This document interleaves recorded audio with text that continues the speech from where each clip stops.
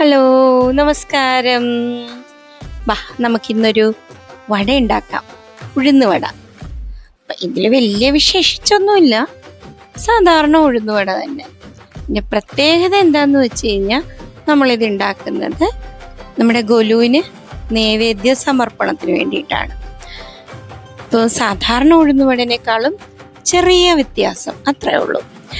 അപ്പം എപ്പോഴും ഉണ്ടാക്കുന്ന കണക്ക് ഉഴുന്ന് കഴുകി കുറച്ച് നേരം കുതിർത്ത് വയ്ക്കുക, വെള്ളമൊഴിച്ച്. പെട്ടെന്ന് തന്നെ നമുക്കൊരു 1/4 മണിക്കൂറിനകം ഇതിങ്ങനെ നല്ലപോലെ കുതിർന്ന് കിട്ടിയിട്ടുണ്ട് കേട്ടോ. അപ്പം നമുക്കൊന്ന് അരച്ചേക്കാം. മിക്സിയുടെ ജാറിലോട്ട് നമ്മൾ ട്രാൻസ്ഫർ ചെയ്തു. കൂടുതൽ വെള്ളം ഒന്നും ഒഴിക്കാതെ ജസ്റ്റ് കുറേശ്ശെ വെള്ളം ജസ്റ്റ് ഒന്ന് തളിച്ചു കൊടുത്താൽ മാത്രം മതി. അത്രയും വെള്ളം ഇട്ടിട്ട് നമുക്കത് അരച്ചെടുക്കാം, നല്ല കട്ടിക്ക് തന്നെ. ഓക്കെ, അപ്പം ഇതേ നമ്മൾ മാവ് അരച്ച് കഴിഞ്ഞു. ഇനി നൈവേദ്യത്തിനായതുകൊണ്ട് നമ്മൾ പച്ചമുളക്, ഇഞ്ചി, കറിവേപ്പില ഒന്നും ഇടാറില്ല. ഇപ്പം നമ്മൾ ഇച്ചിരി കുരുമുളക് എടുത്തിട്ടുണ്ട്, അതൊന്ന് ചതച്ച് എരിവിനും ഫ്ലേവറിനും വേണ്ടിയിട്ടാണ് ചതച്ച് മാവിനകത്തോട്ട് നമ്മൾ ആഡ് ചെയ്യുന്നു.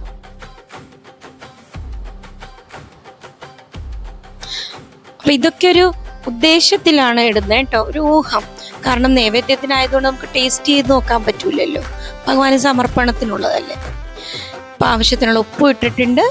പിന്നെ അത് കഴിഞ്ഞിട്ട് മോസ്റ്റ് ഇമ്പോർട്ടൻറ്റ്, നമ്മളിങ്ങനെ ഒരു വിസ്ക് എടുത്ത് ഒരു 5 to 10 മിനിറ്റ്സ് ഒന്ന് ബീറ്റ് ചെയ്യണം. ബീറ്റ് ചെയ്യുമ്പോൾ ഈ മാവിനകത്ത് നല്ലപോലെ എയർ ഇൻകോർപ്പറേറ്റ് ആയിട്ട് മാവ് കുറച്ചും കൂടി ഫ്ലഫി ആയി വരും. അപ്പോൾ അത് ചെയ്ത് കഴിഞ്ഞ് എണ്ണ എടുക്കുക. ഞാനിവിടെ എടുത്തിരിക്കുന്ന വെളിച്ചെണ്ണയാണ്. വെളിച്ചെണ്ണ ചൂടാകാൻ വെച്ചിട്ടുണ്ട്. അപ്പോൾ വെളിച്ചെണ്ണ നല്ലപോലെ ചൂടായിട്ടുണ്ട് കേട്ടോ. അപ്പോൾ ഈ സമയത്ത് നമ്മൾ ഗ്യാസിൻ്റെ ഫ്ലെയിം കുറച്ചിട്ട് ലോ ടു മീഡിയം ഫ്ലെയിം മതി. നമ്മളിത് നല്ല ചൂടെണ്ണയിലോട്ടാണ് ഇങ്ങനെ ഡ്രോപ്സ് ആയിട്ട്, അതായത് മാവിങ്ങനെ പ്രിക്ക് ചെയ്ത് ഇട്ടാൽ മതി. കണ്ടോ, ഇങ്ങനെ ഡ്രോപ്പ് ചെയ്തിട്ടാൽ മതി. ഇപ്പോൾ ഒരു ബാച്ചിൽ തന്നെ എനിക്കൊരു 7-8 ഇങ്ങനെ വടയായിട്ട് ഇടാൻ പറ്റി. നമ്മൾ എടുക്കുന്ന എത്ര എണ്ണ എടുക്കുന്നുണ്ട് അതനുസരിച്ചാണ്.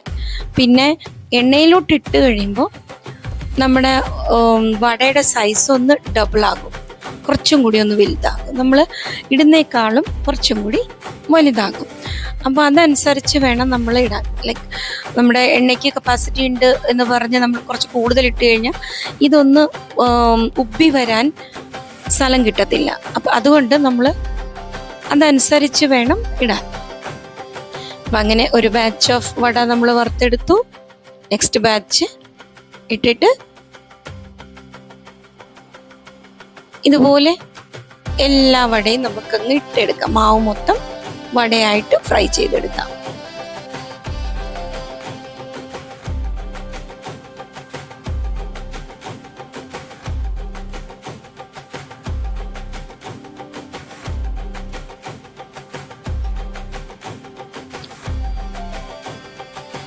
ഇപ്പോൾ ഒരു കാര്യം ശ്രദ്ധിക്കണം, തീ നമുക്ക് എപ്പോഴും ലോ ടു മീഡിയം ഫ്ലെയിം മതി.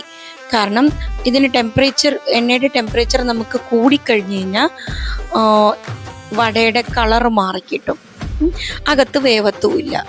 സോ ആ ഒരു ടെമ്പറേച്ചർ നമ്മൾ മെയിൻറ്റെയിൻ ചെയ്യണം. അപ്പം എല്ലാം ഗോൾഡൻ ബ്രൗൺ കളർ ആയപ്പോഴത്തേക്ക് നമ്മളിതേ കോരിയെടുത്തിട്ടുണ്ട്. അപ്പം ഇങ്ങനെ ബാക്കിയുള്ളതും ഫുള്ളായിട്ട് നമ്മൾ ഇട്ടു. പിന്നെ നൈവേദ്യത്തിന് കൊണ്ടുപോകാനുള്ള വട ഞാൻ ആദ്യം തന്നെ ഒരു ബോക്സിനകത്ത് എടുത്തു വെച്ചായിരുന്നു.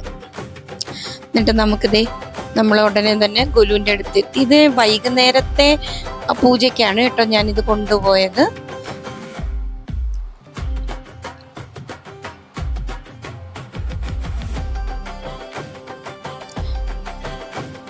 അങ്ങനെ അതവിടെ വെച്ചിട്ട് വിളക്കൊക്കെ കത്തിച്ച് ഞങ്ങൾ എല്ലാവരും കൂടി ഒന്ന് കുറേ പ്രാർത്ഥനകളൊക്കെ ചൊല്ലി, ലക്ഷ്മി ശോഭാനം, ലളിതാ സഹസ്രനാമം, പിന്നെ കുറേ ദേവീ സ്തുതികളൊക്കെ ചൊല്ലി അവിടെ ഭജനയൊക്കെ പാടി ഇരുന്നു.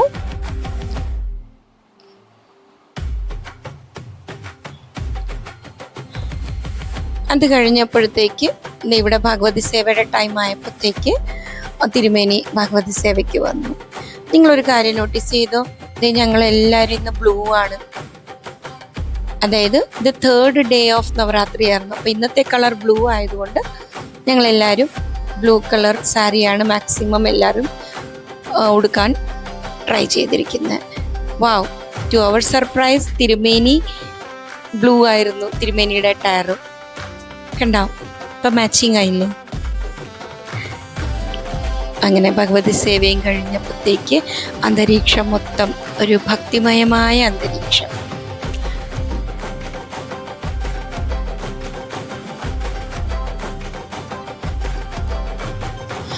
അങ്ങനെ ഭഗവതി സേവ കഴിഞ്ഞു. പിന്നെ തിരുമേനി ഇവിടെ ഗുലുവിൻ്റെ പൂജയ്ക്ക് വന്നായിരുന്നു. ഗുലുവിൻ്റെ പൂജയും കഴിഞ്ഞ് നൈവേദ്യം നമ്മൾ വീട്ടിൽ നിന്ന് കൊണ്ടുവന്ന നൈവേദ്യവും സമർപ്പണം കഴിഞ്ഞ് ദീപാരാധനയും ഗുലുവിനും കാണിച്ചായിരുന്നു. അപ്പം എല്ലാവരും അവരവരുടെ വീട്ടിൽ നിന്ന് ഇതേപോലെ ഗുലുവിന് വെക്കാനുള്ള നൈവേദ്യം ഉണ്ടാക്കിക്കൊണ്ടുവരും.